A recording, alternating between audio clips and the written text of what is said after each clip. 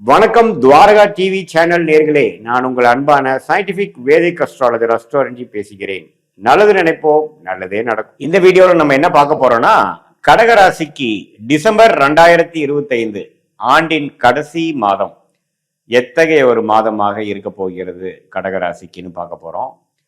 Scientific வேதிக் astrology முறையில எந்த விதத்திலும் மிகைப்படுத்தாமல் பரிகாரங்கள் அது மாதிரி விஷயத்துக்குள்ள, அந்த மூட நம்பிக்கைக்குள்ள விஷயத்துக்கெல்லாம் போகாமல் அறிவியல் சார்ந்த முறையில உங்களுடைய கர்மா இப்ப இருக்கக்கூடிய கிரகத்தின் பெயர்ச்சி, கிரகத்தின் சஞ்சாரங்கள் பொறுத்து எந்த ஒரு தாக்கத்தை, ஆண்டு கிரகமா இருந்தாலும் சரி, மாத கிரகமாக இருந்தாலும் சரி, எந்த ஒரு தாக்கத்தை உங்களுடைய ராசிக்கு, கடகராசிக்கு கொடுக்க போகிறதுங்கிறத துல்லியமா நம்ம அப்படியே பார்க்க போறோம். இப்ப பாத்தீங்கன்னா கடகராசிக்காரர்களுக்கெல்லாம் 2023, 24, 25 ஏப்ரல் மாதம் வரைக்கும் அஷ்டம சனி தாக்கத்தினால பல பிரச்சனைகளுக்கு ஆளானார்கள்ங்கிறது தான் உண்மை.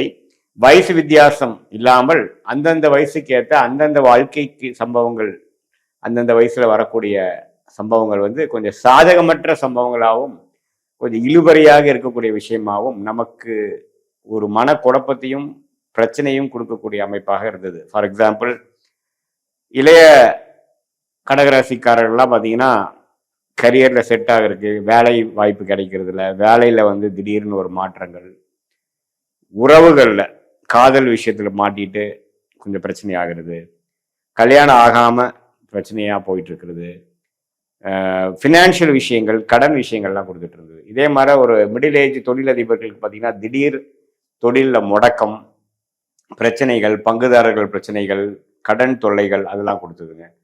இதே மாதிரி வெளிநாட்டில் இருக்கிறவங்களுக்குலாம் பார்த்தீங்கன்னா அங்கே இருக்கிற சூழ்நிலை கொஞ்சம் விசா ப்ராப்ளம், வேலை ப்ராப்ளம், சில சௌரியம் இல்லாத ஒரு சூழ்நிலை, ஒர்க் பண்ணுற இடத்துல சௌரியம் இல்லாத சூழ்நிலை, நல்ல ஒரு உத்தியோகத்தில் நல்ல ஒரு சாட்டிஸ்ஃபேக்ஷன் கிடைக்காமல் திடீர்னு என்ன வேணா நடக்குங்கிற மாதிரி ஒரு அமைப்பெல்லாம் கொடுத்துட்டு இருந்தார். பட் அந்த அஷ்டமசனி தாக்கத்திலிருந்து வெளியில இப்போ கொஞ்சம் 5-6 மாதங்கள் ஆனாலும் சில முன்னேற்றங்கள் பெற்றாலும் இன்னுமே பார்த்தீங்கன்னா சில விஷயங்கள் நடக்காமல் காத்திருக்கக்கூடிய கடகராசிக்காரர்களாக நீங்கள் இந்த டிசம்பர் மாதம் என்ன ஆகுதுன்னா, உச்சகுரு பார்த்தீங்கன்னா முதல் ஒரு வாரம் 10 நாளுக்கு பார்த்தீங்கன்னா ராசி அதிபதியாகிய செவ்வாயே பார்க்கிறார். ஸோ ராசி அதிபதியாகிய செவ்வாயவே அவர் பார்க்கும் பொழுது நல்ல ஒரு தன்மை, அது 5ஆம் வீட்டில் ஆட்சி பெற்றிருக்கும் பொழுது பார்க்கும் பொழுது, சுக்கரனோட சேர்ந்து சூரியனோட சேர்ந்து பார்க்கும் பொழுது நல்ல ஒரு ஃபர்ஸ்ட் 2 வீக்ஸ் ஆஃப் டிசம்பர் நல்ல விஷயங்கள், அற்புதமான விஷயங்கள், மேஜிக் மாதிரி சில விஷயங்கள் நடக்கக்கூடிய அமைப்பு கண்டிப்பாக உண்டு. ஸோ ஃபர்ஸ்ட் 2 வீக்ஸ் ஆஃப் டிசம்பரை கொஞ்சம் நல்லாவே நீங்க யூஸ் பண்ணிக்கணும், உபயோகப்படுத்தி கொள்ள வேண்டும். ஸோ இதுல இருந்து நீங்க என்ன மாதிரி விஷயங்கள் நடக்கலாம்னா, இளைய வயதினர்களுக்கு பார்த்தீங்கன்னா காதல் கை கூடுறது, தனக்கு படிக்கக்கூடிய விஷயத்துல கொஞ்சம் முன்னேற்றங்கள் பெறுவது, ஸ்கோர் நல்லா பண்றது, அவங்க எதிர்பார்க்கக்கூடிய வேலை மாற்றங்கள் கிடைக்கிறது. அதே மாதிரி தொழில் முனைவோர் பார்த்தீங்கன்னா திடீர் பண வரவு, கொஞ்சம் திடீர்னு நல்லாவே பிஸ்னஸ் டெவலப் ஆகி போகிறது, எதிர்பார்க்குற பணம் சேர்றது, அது மாதிரி விஷயங்கள். அதே மாதிரி சீனியர் சிட்டிசனுக்கு பார்த்தீங்கன்னா உடல் உபாதைகள் குறைந்து குழந்தைகள்னால நல்ல அனுகூலம் பெறக்கூடிய, மனம் சந்தோஷம் பெறக்கூடிய ஒரு அமைப்பு கொடுக்கக்கூடியது கடகராசிக்காரர்களுக்கு உண்டு. செகண்ட் ஹாஃப் பார்த்தீங்கன்னா ஒரு மாதிரியான ஒரு சுமாரான ஒரு அமைப்பு. ஏன்னா அவர் 6ஆம் இடத்துக்கு செவ்வாய் போகிறார், சூரியன் போகிறார், சுக்கிரன் போகிறார். ஸோ பார்த்தீங்கன்னா கொஞ்சம் உடல் உபாதைகள், கடன், நோய், வம்பு வழக்குகள்லாம் கொஞ்சம் தலை தூக்குறதுக்கு வாய்ப்பு இருக்கு. So first 2 weeks of December பார்த்தீங்கன்னா சில விஷயங்கள் நீங்க சாதகமாக செய்து கொள்ள வேண்டிய ஒரு அமைப்புகள் கண்டிப்பாக இருக்கு, வயது வித்தியாசம் இல்லாமல். ஏன்னா செவ்வாய், சுக்கிரன், சூரியன் 5ஆம் இடத்துக்கு உச்சகுருவின் பார்வை பெறுகிறார். புதன் நட்பு வீட்டுல 4ஆம் இடத்துல இருக்கும் பொழுது நல்ல படிப்பு விஷயங்கள், டாக்குமெண்ட்ஸ் விஷயங்கள், டெக்னிக்கல் விஷயங்கள், அது மாதிரி துறையில இருக்கிறவங்களுக்குலாம் நல்ல ஒரு முன்னேற்றங்கள் வரக்கூடிய அமைப்பு. மீடியா துறையில் இருக்கிறவங்களுக்கு நல்ல முன்னேற்றம், ரியல் எஸ்டேட் அது மாதிரி விஷயத்துல இருக்கிறவங்களுக்கு அற்புதமான முன்னேற்றங்கள் நிறைந்த ஒரு அமைப்பு கண்டிப்பாக உண்டு. ஸோ இதுதான் பார்த்தீங்கன்னா உங்களுக்கு கடகராசிக்காரர்களுக்கு டிசம்பர் மாதம் எப்படி ஓப்பன் அப் ஆகுது. இதுவரை நீங்க ஆகஸ்ட், செப்டம்பர், அக்டோபர்லாம் சில விஷயங்கள் எதிர்பார்த்துட்டு இருந்த விஷயங்கள்லாம் பார்த்தீங்கன்னா டக்குன்னு முடிவு பெற்று நல்ல மன சந்தோஷம் பெறக்கூடிய, சாட்டிஸ்ஃபேக்ஷன் வரக்கூடிய, ஃபுல்ஃபில்மெண்ட் கிடைக்கக்கூடிய ஒரு அற்புதமான டைம்லாம் கொஞ்சம் வரக்கூடிய அமைப்புகள் இருக்கு.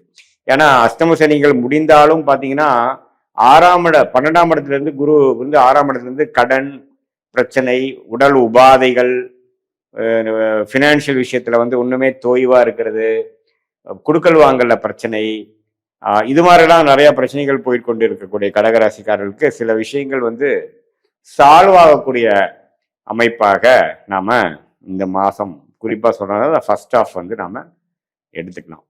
ஸோ இதுதான் வந்து ஒரு பொதுவான கடகராசிக்காரர்களோட பலனே தவிர, நீங்கள் உங்களுடைய ஜென்ம ஜாதகத்துல நீங்க பிறந்த தேதி, பிறந்த நேரம், பிறந்த ஊரெல்லாம் கொடுத்து நீங்க நம்ம ஜாதகம் பார்க்கும் பொழுது நீங்க என்ன தசாபுக்திகள் போயிட்டு இருக்கு, நீங்க என்ன லக்னத்துல பிறந்தீங்கிறதெல்லாம் நம்ம பார்த்து அந்த தசநாதன் புக்திநாதன் எந்த ஸ்தானபலம் திக்பலத்துல இருக்காங்க, அது என்ன ஆதிபத்தியம் பெற்றிருக்குது, அதெல்லாம் சேர்த்து நாம இப்ப டிஸ்கஸ் பண்ண அந்த கோச்சார கிரக பயிற்சி அமைப்போட சேர்த்து வச்சு பார்க்கும் பொழுது துல்லியமான சயின்டிபிக் வேதிக் அஸ்ட்ராலஜி முறையில அடுத்த வரக்கூடிய 3 மாதங்கள் எப்படி இருக்குது, அடுத்த வரக்கூடிய 6 மாதம் 1 இயர் எது மாதிரி ஒரு திசையில நம்மளுடைய வாழ்க்கை பயணம் திரும்ப போகிறது, என்னென்ன பிராப்தங்கள் காத்திருக்குது, என்னென்ன பிராப்தங்கள் நமக்கு இல்லை அப்படிங்கிறத உங்கள் ஜாதகத்தில் இருக்கக்கூடிய கர்மாவின் அடிப்படையில தெரிந்து கொண்டு எதையும் மிகைப்படுத்தாமல் பரிகாரங்கள் அது மாதிரி விஷயத்துக்குள்ள போய் குழப்பாமல் எது நடக்குங்கிறது கிளாரிட்டியோட பார்த்து அதுக்கு தகுந்த மாற நம்மளுடைய செயல்கள் திட்டங்களை நீங்கள் தீட்டி தேவையற்ற அனாவசிய செலவுகள், அனாவசிய முயற்சிகள், அனாவசிய சமய விரயங்களை தவிர்த்தேயானால் நீங்கள் எதிர்நீச்சல் போடாமல் இப்ப நமக்கு என்ன பண்ணணும், நமக்கு என்ன மாதிரி வேலை நமக்கு கிடைக்கிற மாதிரி இருக்கு, எப்போ வேலை மாறலாம், எப்போ வந்து வீடு கட்டலாம், எப்போ வந்து நாம வியாபாரத்தை அபிவிருத்தி பண்ணலாம், எப்போ வந்து இப்படியே கடன் பிரச்சனையாவே இருக்கு, எப்போ நம்ம கடன் அடையும், எப்போ நமக்கு லாபங்கள் அதிகமாகும், எப்போ வந்து நம்மளுடைய தடைகளாகவே இருந்து கொண்டு இருக்கக்கூடிய திருமண விஷயங்கள் நடைபெறும். இது மாதிரி பல விஷயங்கள் வந்து நம்ம ஜாதகத்துல ஒளிந்து கொண்டு இருக்கும். அந்த தசா புக்தி அந்தரம் சூக்ஷ்மத்தை துல்லியமாக பார்த்து அடுத்தடுத்து வரக்கூடிய தசா புக்தி அந்தரங்கள்லாம் எப்படி இருக்குங்கிறத வைத்து அதுக்கு தகுந்த மாதிரி நீங்க வாழ்க்கையில ஒரு திட்டங்கள், ஒரு பிளான், மென்டல் மேக்கப்போட நீங்க இருந்தீங்கன்னா நீங்க தேவையில்லாம நம்ம என்ன பண்ண போறோம், நமக்கு எந்த ஒரு விஷயங்கள் எந்த நேரத்துல பண்ணா ஆபத்தையும் பிரச்சனையும் கொடுக்குமோ அது மாதிரி டைம்ல நம்ம பண்ணி அப்புறம் கடைசியா பாத்தீங்கன்னா ஐயோ நம்ம கொஞ்சம் அவசரப்பட்டுட்டோமோ அப்படிங்கிற மாதிரி ஒரு விஷயம் இருக்கு. எப்பவே நல்ல டைம் போயிட்டு இருக்கும் பொழுது நம்ம வேகமா எது செய்தாலும் நல்லபடியாக நடக்கும். ஒரு மாதிரி சுமாரான டைம் போகும்பொழுது பொறுத்திருந்து நாம செயல்பட்டாதான் ஜெயிக்க முடியும். ஸோ அது என்ன மாதிரி டைம் நம்ம போயிட்டு இருக்கு, என்ன மாதிரி பிராப்தங்கள் நமக்கு இருக்குதுங்கிறது சயின்டிபிக் வேதிக் அஸ்ட்ராலஜி முறையில பார்த்து அதுல நாம வந்து தெளிவு பெற்றுமையானால் நல்ல எளிதில் நம்ம வாழ்க்கையில வெற்றி பெற முடியும் என்று சொல்ல விரும்புகிறேன். மீண்டும் மற்றொரு காணொலியில் சந்திக்கிறோம். நன்றி, வணக்கம்.